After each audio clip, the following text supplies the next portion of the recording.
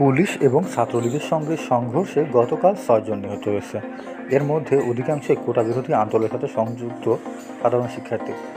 শিক্ষার্থীদের নিহতের ঘটনায় ক্ষুব্ধ ঢাকা বিশ্ববিদ্যালয়ের শিক্ষার্থীরা গতকাল রাত থেকেই আজ সকাল পর্যন্ত বিশ্ববিদ্যালয়ের সব হলের নিয়ন্ত্রণ নিয়েছে এবং ছাত্রলীগের শীর্ষ নেতাদের পক্ষে হামলা ভাঙচুর চালিয়েছে। হল থেকে বেরিয়ে গেছে প্রতিটি হলের ছাত্রলীগের নেতাকর্মীরা। সোমবার বিশ্ববিদ্যালয় সংঘর্ষের পরই বিজ্ঞান অনুষদের শিক্ষার্থীর ৩টি আবাসিক হল ওমর একুশে, শহীদুল্লাহ হল ও ফজলুল হকের নিয়ন্ত্রণ নেয় সাধারণ শিক্ষার্থী। এদিন থেকেই এই ৩ হলে ছাত্রলীগের কোনো শীর্ষ নেতা প্রবেশ করতে পারেনি। গতকাল রাতে রোকেয়া হলে এক ছাত্রলীগ নেতার কক্ষ ভাঙচুরের ঘটনা ঘটে। এ সময় তোপের মুখে পড়ে ছাত্রলীগ সভাপতি সংগঠনটির ১০ জন নেতাকর্মী হল থেকে বেরিয়ে যান। এরপর শিক্ষার্থীদের দাবির মুখে রোকেয়া হলকে রাজনীতিমুক্ত বলে বিজ্ঞপ্তি ঘোষণা দেন হলের প্রোপেস্ট নীলুফার পারভিন। এরপর কুয়েত মৈত্রী হলেও ছাত্রলীগ নেতাকর্মীদের হল ছাড়া করার ঘটনা ঘটে। এরপর মধ্যরাতে লাঠিসোঁটা নিয়ে সার্জেন্ট জহুরুল হকের শিক্ষার্থীরা বের হলে নিয়ন্ত্রণ নেন।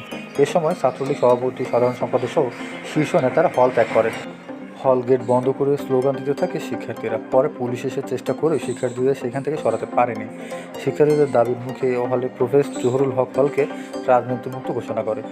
ভোর ৫টার পর হলের মূল গেটের সামনে পরপর কয়েকটি ককটেল বিস্ফোরণের ঘটনা ঘটে। আতঙ্ক ছড়ানোর জন্য ছাত্রলীগ নেতাকর্মীরা বাইরে করে এসে ককটেল ছোড়ে। এতে উত্তেজিত হয়ে পড়ে হলে জড়সড় হয়ে নেতাকর্মীরা। পরে তারা একত্রিত হয়ে বিভিন্ন ব্লকে থাকা ছাত্রলীগ নেতাদের অন্তত ২০টি কক্ষে ব্যাপক ভাঙচুর করে। এদিকে মধ্যরাত থেকেই শিক্ষার্থীদের তোপের মুখে হাজী মোহাম্মদ মহসিন হল, বঙ্গবন্ধু হল, বিজয় ৭১ হল নিয়ন্ত্রণ হারায় ছাত্রলীগ। ওদিকে আজ সকাল ৮টার পর বিজয় ৭১ হলে দখল নেন শিক্ষার্থীরা। এই সময় শিক্ষার্থীদের গেটের মূল ফটকে তালা লাগিয়ে দেন। ভেতর থেকে বেশ কয়েকজন ছাত্রলীগ নেতাকর্মীকে মারধর করে তারা। এরপরে হলে ছাত্রলীগ কেন্দ্রীয় সাধারণ সম্পাদক শেখ ওয়ালি ইনআন তালা ভেঙে রুমেও হামলা চালায় শিক্ষার্থীরা।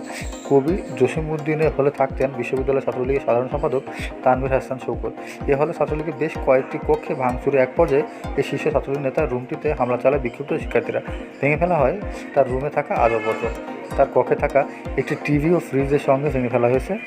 সর্বশেষ আজ সকাল ১১টার দিকে ভাঙচুর করা হয় ছাত্রলীগের সভাপতি সাদ্দাম হোসেনের কক্ষ। স্যার এফ রহমান হলে তার কক্ষে তালা মেরে ভাঙচুর করে শিক্ষার্থীরা। হলগুলো নিয়ন্ত্রণ নেওয়ার পর কোটা ও ছাত্রলীগ বিরোধী স্লোগান দিতে দেখা যায় শিক্ষার্থীদের। তাদের প্রত্যাশা হলগুলোতে আর কখনোই ক্ষমতাসীন ছাত্রলীগের দখলে যাবে না। বন্ধ হবে সব ধরনের গেস্ট রুম ও গণরুম কালচার। প্রশাসনিক পূর্ণ নিয়ন্ত্রণ প্রতিষ্ঠা হবে প্রতিটি হলে।